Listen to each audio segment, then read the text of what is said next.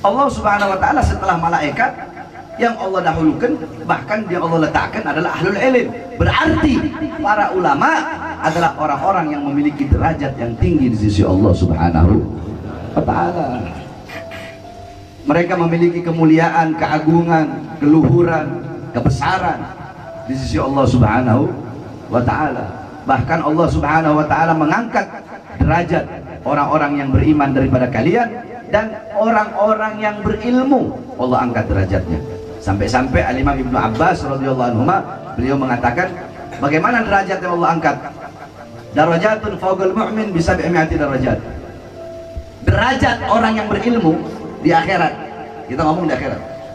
Derajat orang yang berilmu kalau dibandingkan dengan orang mukmin yang lain itu ada 700 derajat. Jadi kita nih orang mukmin tapi tidak berilmu, kita dapat 1 derajat. Beliau-beliau orang yang berilmu 700 derajat. Nah, bisa kita bantah itu.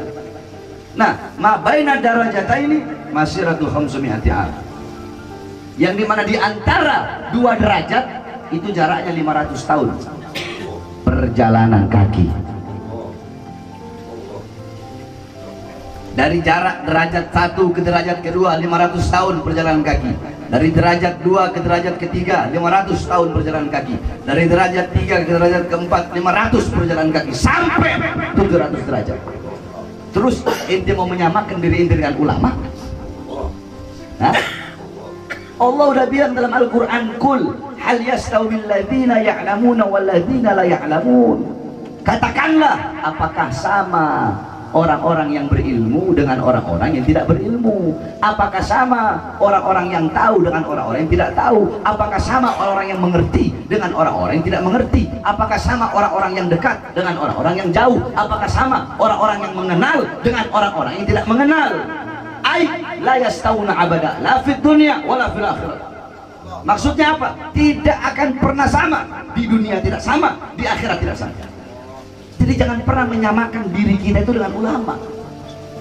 Tidak sama. Kita dengan beliau-beliau para ulama ini tidak sama. Kita ini orang bodoh. Kita duduknya sia-sia, makannya sia-sia, minumnya sia-sia, berjalannya sia-sia.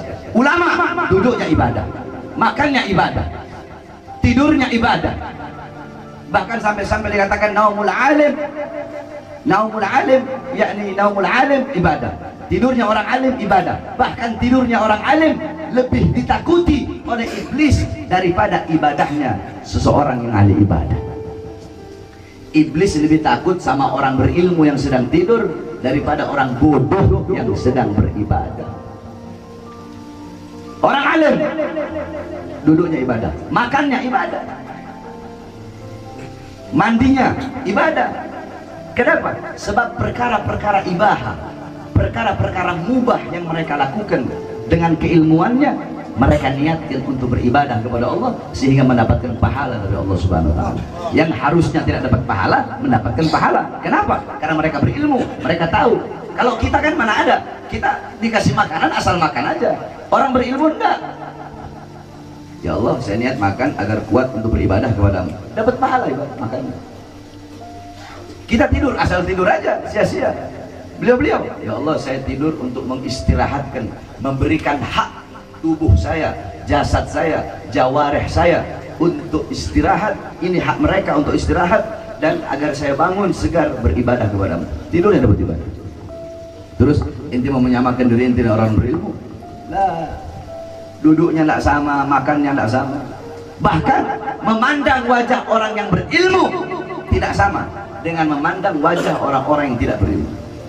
Kan dikatakan itu dalam hadis itu, Tanqihul Qaul kalau nggak salah, Imam Nawawi Al-Bantani, dikatakan walaupun hadis dhaif itu bisa dipakai dalam fadhailul a'mal, bisa dipakai dalam targhib, bisa dipakai dalam tarhib.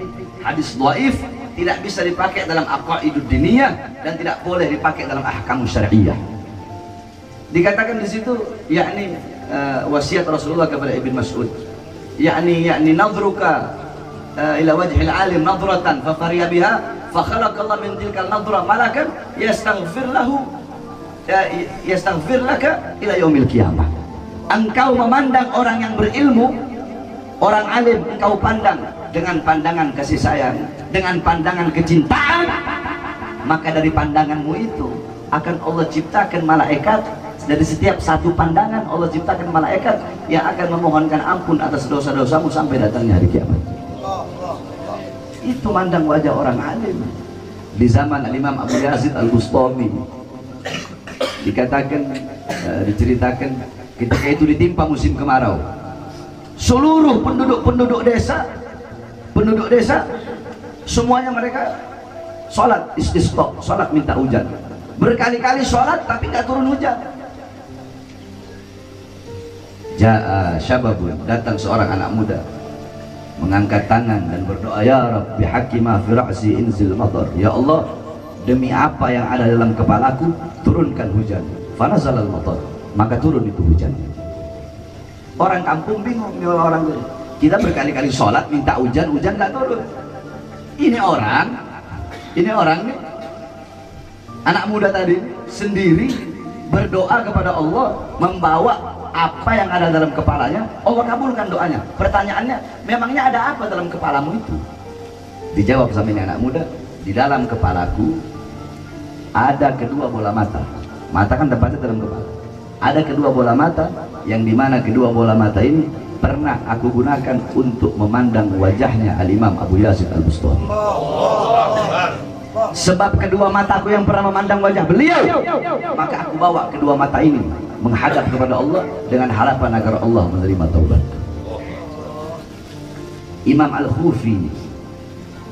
Al-Khufi satu waktu ada para perampok, mereka habis ngerampok. Ketika mereka habis ngerampok, mereka kelaparan, kehausan. Si bos bilang sama anak buahnya, ini ada dalam kitab Syiarul A'lam An-Nubala karangan Imam Al-Zahabi, kau pergi cari buah yang segar-segar. Akhirnya pergi dia membeli betih. Betih itu bukan semangka. Mungkin banyak orang ngomong semangka, tapi bisa diartikan semangka juga. Tapi setelah saya tahu betul-betul betih, yakni betih itu ternyata timun suri. Itu yang berkata Habib Zain bin Ismail. Betih itu timun suri. Kalau kebanyakan kita kan anak pondok tahunya betih itu semangka, tapi sejenis kan. Semangka, timun suri itu satu jenis. Tapi yang lebih ininya lagi timun suri. Sejenis itulah. Akhirnya pergi ini perampok tadi ke pasar. Dia pergi ke pasar, dia tanya, ini berapa harganya? Sekian. Ini berapa? Sekian. Ini berapa? Sekian. Harganya sama semua. Ini berapa? Oh, kalau ini beda harganya. Berapa? Sekian. Loh, kok lebih mahal? Besarnya sama, rasanya sama. Kenapa yang ini lebih mahal? Apa kata si pedagang? Ini beda. Tadi Imam Al-Khufi lewat di sini dan dia sentuh ini buah, sehingga buah ini saya jual dengan harga yang mahal. Ini perampok kenal sama Imam Al-Khufi, ulama besar di zaman itu. Akhirnya apa? Ya udah, saya beli ini walaupun mahal, nggak apa-apa. Dia balik, bosnya bilang, kenapa kamu datang lama betul? Lama banget kamu datangnya. Iya bos, tadi saya tuh lagi milih-milih buah, ternyata ada satu buah yang mahal. Saya tanya kenapa mahal, ternyata itu buah habis diusap, disentuh, dipegang sama Imam Al-Khufi. Oh, Imam Al-Khufi, ulama besar itu. Iya bos. Sudah, ayo mari kita makan ini buah sama-sama, siapa tahu kita dapat hidayah. Mereka makan itu buah, mereka semua para perampok mendapatkan hidayah. Memakan buah yang habis dipegang sama ulama, dipegang sama orang soleh. Kau mau menyamakan dirimu dengan beliau-beliau? Hah? Ente mau nyamain diri ente sama ulama? Mau nyamain diri ente sama orang-orang soleh? Nah, man zara aliman faka'anna ma zarani, man safa aliman faka'anna ma safahani, man jalasa aliman faka'anna ma jalasani fid dunya, faman jalasani fid dunya ajlastuhu ma'i yaumal qiyamah. Man zara aliman, siapa orang yang mendatangi ulama, mendatangi orang-orang soleh, mendatangi orang-orang yang berilmu, sama seperti dia mendatangiku. Barang siapa yang mencium tangan ulama, sama seperti dia mencium tanganku. Barang siapa yang duduk berkumpul bersama ulama di dunia, maka sama seperti dia duduk berkumpul denganku di dunia. Barang siapa yang berkumpul denganku duduk di dunia, kelak di akhirat akan aku dudukkan dia berkumpul bersamaku. Jadi tidak sama. Beliau-beliau para ulama itu tidak sama kedudukannya dengan kita. Jadi jangan pernah kita menyamakan diri kita dengan beliau-beliau para ulama, para orang-orang saleh. Beliau orang-orang yang dimuliakan oleh Allah. Akrimul ulama fa innahum minallahil kurama.